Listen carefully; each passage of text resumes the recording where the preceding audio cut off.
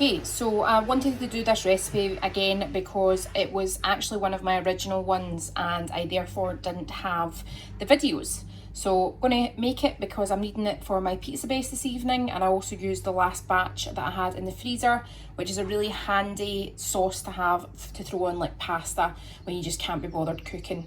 You know, grate some fresh parmesan over it and it just tastes absolutely fantastic.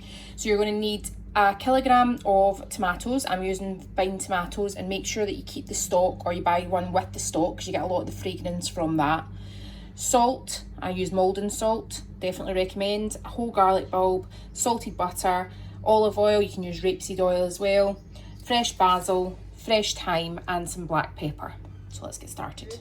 Is get a deep dish in the oven and line it with tin foil. And then we're going to go on to chopping up your tomatoes.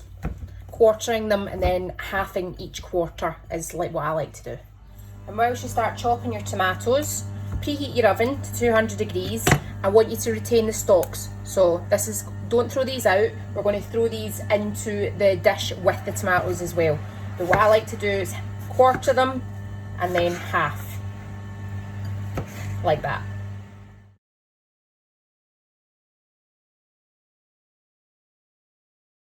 Now the reason you use vine ripened tomatoes is this recipe has so few ingredients. So if you use substandard tomatoes, like just your typical salad tomatoes, you can even smell the difference. So the vine ripened tomatoes actually smell really fragrant, and a lot of that comes from the stalk. So we're going to be putting the stalks in to roast as well. So just break them up and sprinkle them over. And same with the garlic. We're not going to peel the garlic, we're not going to take away the outer casing. I just want you to break all of this up and put it all, minus the inner and the base. So remove that, but I'll show you. I'm just going to peel this first. So like this. So don't be afraid of getting some of that all flavour into, and just throw, not quite literally throw, pitter pat the cloves just down on top of the tomatoes, like that. So all you should have left is this. Oh, remember not to forget any cloves, and that'll go in the bin. Once you've done that, Maldon salt, sorry my video cut out there. So you've put some Maldon salt over the top, and then you're going to crack some fresh black pepper. Seasoning of salt and pepper, if you've ever watched MasterChef, you'll know is critical to enhancing the flavours of many other ingredients, and that is definitely the case in this. Next, get your olive oil, and we're just going to want to drizzle that generously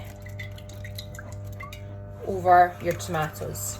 Then last, all we've got to do is the herbs. So that's the thyme, the basil, and then the dods. Not sure if that's a Scottish word, so little lumps of butter all over. So I've got some fresh thyme, so I'm just going to put that over the top. If you don't have fresh, you can use dried, you can use just the jarred stuff, absolutely fine. And what I would recommend, however, is fresh basil, because there is no comparison for the flavour and smell of the fresh basil. I've got a generous amount of fresh basil here.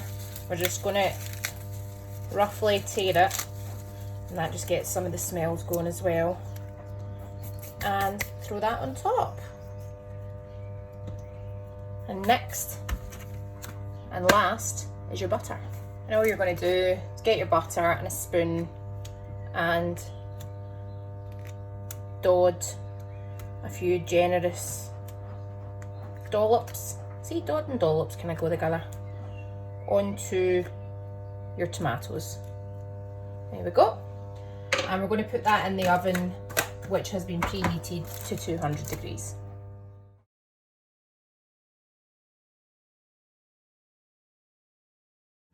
And that's your tomatoes after 30 minutes in the oven at 200 degrees.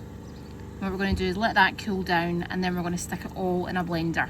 And I mean all, so stalks, full garlic, cloves, everything. Then all I want you to do is blend up your mixture, ideally in a tall stand blender rather than the smaller one, because it blends everything up a lot better, in my opinion. Well, no, it's fact. Last and final stage, just get yourself a glass bowl and a fine mesh sieve, and you're going to pour the sauce that's been blended into that. And then we're going to get a silicone spatula and just slowly move that around. And all the stalks and the garlic bits and the tomato seeds will get stuck in the sieve, and all the smooth sauce will fall down into the glass bowl at the bottom. And you'll be left with all those nasties that otherwise would give the sauce a really horrible texture. But we're removing all that, so totally smooth and glossy sauce. And that's left you with your smooth and glossy sauce. So this can be used for pasta dishes, for your pizza bases, anything really at all. But the flavour that you get from such few ingredients, this is why it's one of my staple sauce recipes.